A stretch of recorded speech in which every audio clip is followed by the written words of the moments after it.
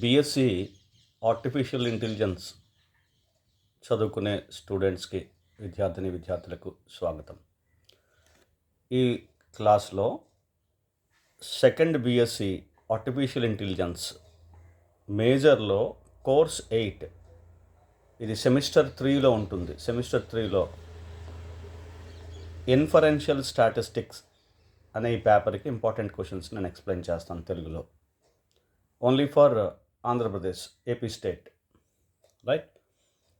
5 units ఉన్నాయి. 5 యూనిట్స్లో 1 by 1 మనం discuss చేద్దాం. యూనిట్ 1 ప్రతి యూనిట్లోని నేను షార్ట్ క్వశ్చన్స్, ఎస్ఏ క్వశ్చన్స్ అని డివైడ్ చేశాను. ఆ విధంగా నేను ఎక్స్ప్లెయిన్ చేస్తాను. షార్ట్ క్వశ్చన్స్ అంటే 2 మార్క్స్ కానీ 4 మార్క్స్, 5 మార్క్స్, అలా 5 మార్క్స్ వరకు. ఎస్ఏ క్వశ్చన్స్ అంటే 10 మార్క్స్, 12 మార్క్స్, ఏ విధంగా ఇస్తే ప్యాటర్న్ దానికి సరిపోతుంది, right. So coming to the unit 1 అనేది యాక్చువల్గా ఒక పెద్ద చాప్టర్, థియరీ ఆఫ్ ఎస్టిమేషన్ ఇది.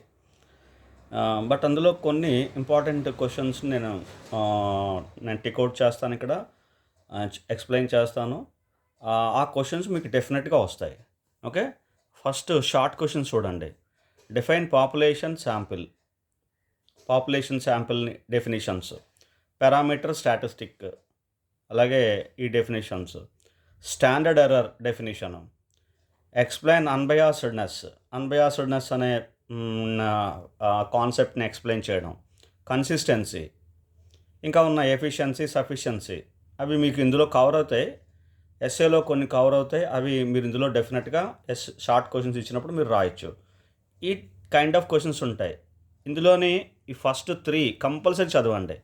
మీకు డెఫినేషన్స్ మీకు ఎక్కడో దగ్గర కవర్ అవుతాయి, షార్ట్ కానీ ఎస్ఏలో కానీ కవర్ అవుతాయి. ఈ 3 క్వశ్చన్స్ కంపల్సరీగా చదవండి. కమింగ్ టు ద ఎస్ఏ క్వశ్చన్స్లో criteria of good estimator first 1 అంటే ఏంటి? కన్సిస్టెన్సీ, అన్బయాస్డ్నెస్, సఫిషియన్సీ, ఎఫిషియన్సీ, ఈ 4 కాన్సెప్ట్స్ ఎక్స్ప్లెయిన్ చేయాలి అంతే. అది క్రైటీరియా ఆఫ్ గుడ్ ఎస్టిమేటర్ అంటే. ఓకే, తర్వాత డిఫైన్ ఎంఎల్ఈ అంటే method of maximum likelihood estimation. ఈ మెథడ్ని ఎంఎల్ఈని ఎక్స్ప్లెయిన్ చేయాలి, డిఫైన్ చేయాలి. అలాగే ప్రాపర్టీస్ ఏమున్నాయి, వాటి ప్రాపర్టీస్ ఏంటి, మెథడ్ ఎక్స్ప్లెయిన్ చేయడం, ప్రాపర్టీస్ రాయడం. ప్రాపర్టీస్ ఏమున్నాయో వాటిని ఎక్స్ప్లెయిన్ చేయడమే, మీరేం ప్రూఫ్ చేయక్కర్లేదు. ప్రూఫ్స్ ఎక్కడ కూడా మీకు ఈ పేపర్లో ఎక్కడ మీరు ప్రూఫ్ చేయక్కర్లేదు. ఓకే, తర్వాత 95%, 99% confidence intervals for population mean of normal population. ఇవి 2 క్వశ్చన్స్ యాక్చువల్గా. 95% confidence intervals for population mean ఒక question, 99% confidence interval for population mean ఇంకో క్వశ్చను. ఇవన్నీ కూడా నార్మల్ పాపులేషన్ వే. ఓకే, ఇది ఒకసారి చూడండి, క్వశ్చన్ చదవండి. అలాగే మెథడ్ ఆఫ్ మూమెంట్స్, ఈ 4 క్వశ్చన్స్ ఇచ్చాను. ఇందులో మీకు కంపల్సరీ చదవాల్సినవి 1, 2, 3 ఇందులో కూడా. ఓకే, ఈ 3 క్వశ్చన్స్ని మీరు కాన్సన్ట్రేట్ చేయండి. తప్పనిసరిగా మీకు ఇందులో ఈ క్వశ్చన్స్లో మీకు ఎస్ఏ క్వశ్చన్ ఒక క్వశ్చన్ వస్తుంది. అలాగే షార్ట్ క్వశ్చన్స్లో కూడా కవర్ అవుతుంది. ఇప్పుడు ఇక్కడ ఇందులో క్రైటీరియా ఆఫ్ గుడ్ ఎస్టిమేటర్ చెప్పాను కదా, అందులోని షార్ట్ క్వశ్చన్స్ ఒక్కొక్క డెఫినేషన్ అన్బయాస్డ్నెస్, కన్సిస్టెన్సీ ఇక్కడ ఇచ్చాను. ఎఫిషియన్సీ, సఫిషియన్సీ కూడా చదవండి, ఇందులో కవర్ అవుతుంది. అవి కూడా షార్ట్ క్వశ్చన్స్ ఇవ్వచ్చు. ఈ 4 ఒకటి ఇస్తే షార్ట్ క్వశ్చన్, 4 కలిపి క్రైటీరియా ఆఫ్ గుడ్ ఎస్టిమేటర్ అంటే ఎస్ఏ క్వశ్చన్. అలాగా మీకుంటాయి. అలాగే డిఫైన్ ఎంఎల్ఈ ఎక్స్ప్లెయిన్ చేయండి. What is the method of MLE అలా ఇచ్చిన అవి షార్ట్ క్వశ్చన్స్లోకి వెళ్తాయి. కాబట్టి మీరు ఈ క్వశ్చన్ చదివితే షార్ట్, ఎస్ఏ 2 కవర్ అవుతాయి. ఫస్ట్ ప్రైమరీగా ఎస్ఏ క్వశ్చన్స్ గురించి నేను ఈ 3 క్వశ్చన్స్ ఇచ్చాను. ఓకే, అర్థమైంది కదండి. This is unit 1. ఇది యూనిట్ 1 ఇది. అయితే ఇందులోని చాలా కాన్సెప్ట్స్ అవి ఉన్నాయి, బట్ ఇంపార్టెంట్ కాన్సెప్ట్స్ నేను మీకు ఇచ్చాను. ఇందులో only important questions, right.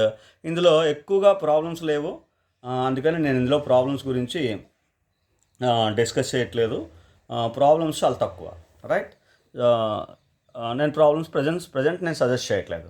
Coming to unit 2 ఏంటంటే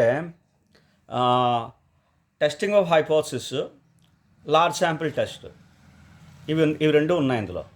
ఈ రెండు కాన్సెప్ట్స్ అంటే రెండు concepts, major concepts.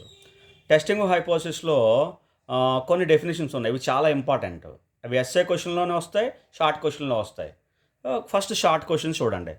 Define critical reason, power of the test, null hypothesis, alternative hypothesis, define 2 types of errors.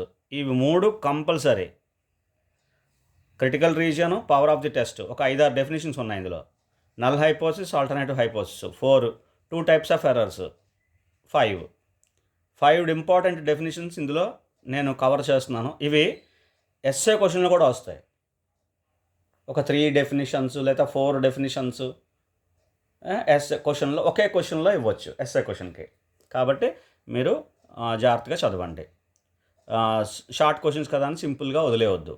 Short questions చదువుతూ అది ఎస్ఏ క్వశ్చన్ కవర్ అవుతుంది. కాబట్టి ఈ 3 డెఫినేషన్స్ చాలా క్రూషియల్. తర్వాత testing of single proportion, test for single mean, ఇవి 2 కూడా short క్వశ్చన్లో కవర్ అయ్యే పాసిబిలిటీ ఉంది. అలాగే coming to the SA questions, explain the test procedure of testing of hypothesis. Testing of హైపోథసిస్ని ఏ విధంగా మనం ఎక్స్ప్లెయిన్ చేయగలం, ఏ విధంగా కండక్ట్ చేస్తాం, అది ఎక్స్ప్లెయిన్ చేయాలి. రైట్, ప్రొసీజర్ అంటాం దాన్ని. రైట్. సెకండ్ది test for difference of means, దాన్ని ఎక్స్ప్లెయిన్ చేయాలి, ఏ విధంగా కండక్ట్ చేస్తాం. Test for difference of proportions, ఇది ఒకటి ఎక్స్ప్లెయిన్ చేయాలి. నెక్స్ట్ది explain NP lemma. NP lemma అవి ఏ విధంగా ఎన్పి లెమ్మాని యూజ్ చేసి బెస్ట్ క్రిటికల్ రీజన్ మనం క్యాలిక్యులేట్ చేస్తాం అనేది ఎక్స్ప్లెయిన్ చేయాలి. బట్ ఎన్పి లెమ్మా ప్రూఫ్ అయితే లేదు, ఇది ఒక థియరం, ఇది ఒక కైండ్ ఆఫ్ థియరం. బట్ దీనికి ప్రూఫ్ మనం ఏం చేయక్కర్లేదు, ఎందుకంటే వితౌట్ ప్రూఫ్ అని ఇచ్చాడు కాబట్టి ప్రూఫ్ చేయక్కర్లేదు. మిగతా క్వశ్చన్స్ మీరు చదువుకోండి. ఇందులో ఫస్ట్ క్వశ్చన్ కంపల్సరీ చదవండి, సెకండ్, థర్డ్ కూడా చదవండి. ఓకే, ఈ 3 క్వశ్చన్స్లోనే మీకు ఒక క్వశ్చన్ వస్తుంది. తర్వాత నెక్స్ట్ ఏంటంటే ప్రాబ్లమ్స్. మీకు టెస్ట్ ఫర్ మీన్స్లో ప్రాబ్లమ్స్ చేయాలి, టెస్ట్ ఫర్ ప్రపోర్షన్లో ప్రాబ్లమ్స్ చేయాలి. ఓకే, ఎన్పి లెమ్మాలో కూడా ప్రాబ్లమ్స్ ఉంటాయి. తర్వాత సింగిల్ ప్రపోర్షన్, సింగిల్ మీన్, వీటిలో ప్రాబ్లమ్స్ ఉంటాయి. ఇవి చదివితే సరిపోతుంది. అంటే 4 procedures main: single proportion, single mean, 2 proportions, 2 means. అంటే డిఫరెన్స్ ఆఫ్ ప్రపోర్షన్స్ అంటే 2 ప్రపోర్షన్స్ అనమాట. ఓకే, అర్థమైంది కదండి. ఈ విధంగా మీరు ఈ 4 ప్రొసీజర్స్లోని ప్రాబ్లమ్స్ చేస్తే మీరు డెఫినెట్గా ప్రాబ్లమ్స్ వస్తాయి. ఒక ప్రాబ్లం కంపల్సరీగా ఇందులోకి మీకు వస్తుంది. అప్లికేషన్ పార్ట్ కాబట్టి, ఎక్కువ అప్లికేషన్ పార్ట్ మీకు కాబట్టి ప్రాబ్లమ్స్ ఖచ్చితంగా వస్తాయి. Do the problem. Right. Next coming to unit 3. Unit 3 chi-square T of distributions.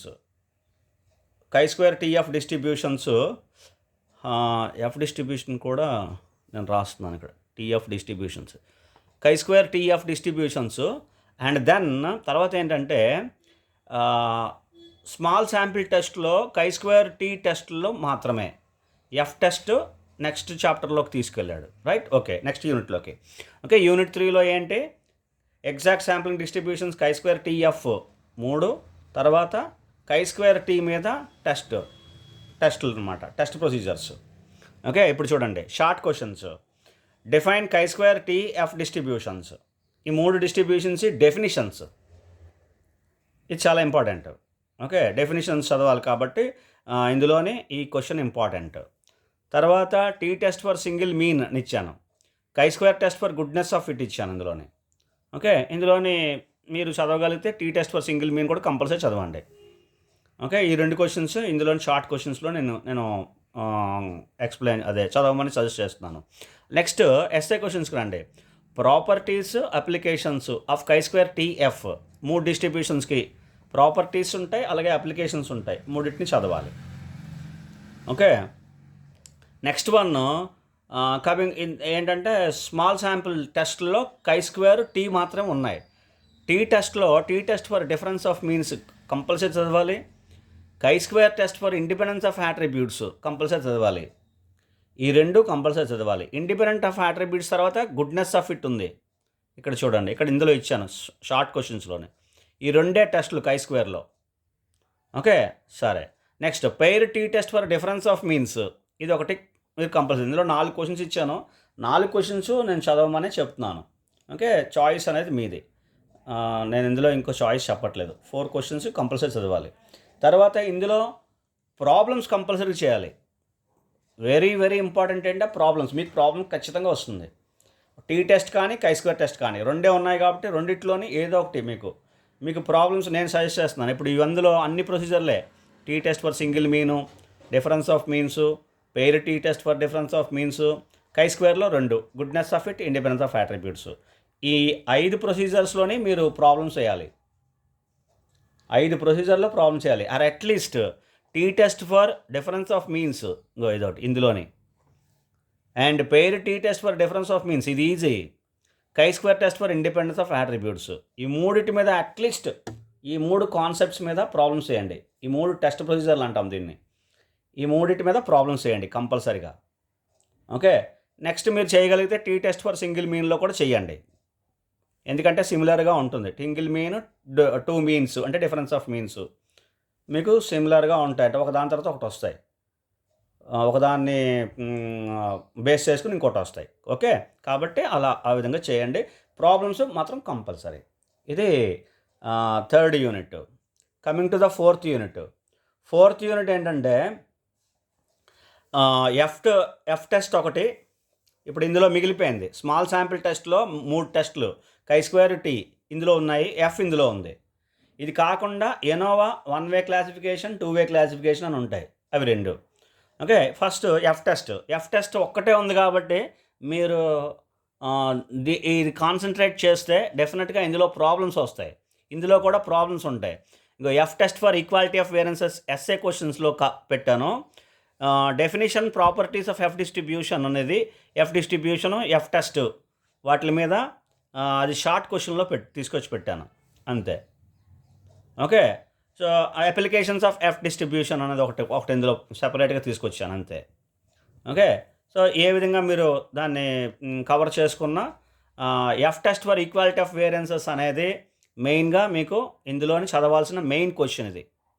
F test for equality of variances, అందులో ప్రాబ్లమ్స్. ఓకే, తర్వాత ఎనోవా 1 వే క్లాసిఫికేషన్, 2 వే క్లాసిఫికేషన్ 2 టాపిక్స్ ఉన్నాయి ఇక్కడ. ఓకే, ఈ రెండిట్లో ఒక క్వశ్చన్ వస్తుంది గ్యారంటీగా. మీరు ఎగ్జామ్కి మీరు వెళ్ళినప్పుడు ఎనోవా 1 వే కానీ 2 వే కానీ రెండిట్లో ఒక క్వశ్చన్ వచ్చేస్తుంది, లేదా ఒక ప్రాబ్లం వస్తుంది. సో ఎనోవా 1 వే 2 వేలోనే మీరు ప్రాబ్లం చేయడం నేర్చుకోండి. ఆ ప్రాబ్లం కవర్ అవుతుంది.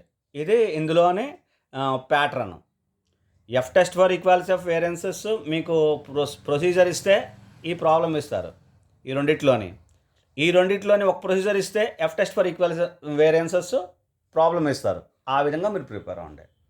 కాబట్టి ఈ మూడిట్లోని ప్రాబ్లమ్స్ ప్రిపేర్ అవ్వడం చాలా మంచిది. ప్రాబ్లమ్సే ఇంపార్టెంట్. అప్లికేషన్స్ అన్నాడు కాబట్టి మీరు ప్రాబ్లమ్స్ చేయాల్సి ఉంటుంది. ఓకే, ఇంకా షార్ట్లో నేనేంటి ఎక్స్ప్లెయిన్ చేశానంటే ఏంటి క్వశ్చన్స్ ఇచ్చానంటే ఎనోవా 1 టేబుల్, ఎనోవా 2 వే టేబుల్, 1 వే టేబుల్, 2 వే టేబుల్, ఇవి 2 టేబుల్స్ ఉంటాయి. అనాలిసిస్ ఆఫ్ వేరియన్స్ టేబుల్స్ ఉంటాయి. ఎనోవా టేబుల్ అంటాం దాన్ని.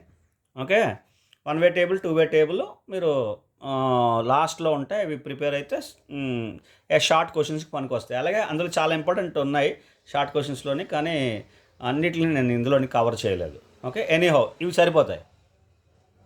ఈ క్వశ్చన్స్ ఇలా చదువుకుంటే సరిపోతాయి. మీకు ఈజీగా ఒక 12 to 15 మార్క్స్ కవర్ అయిపోతాయి.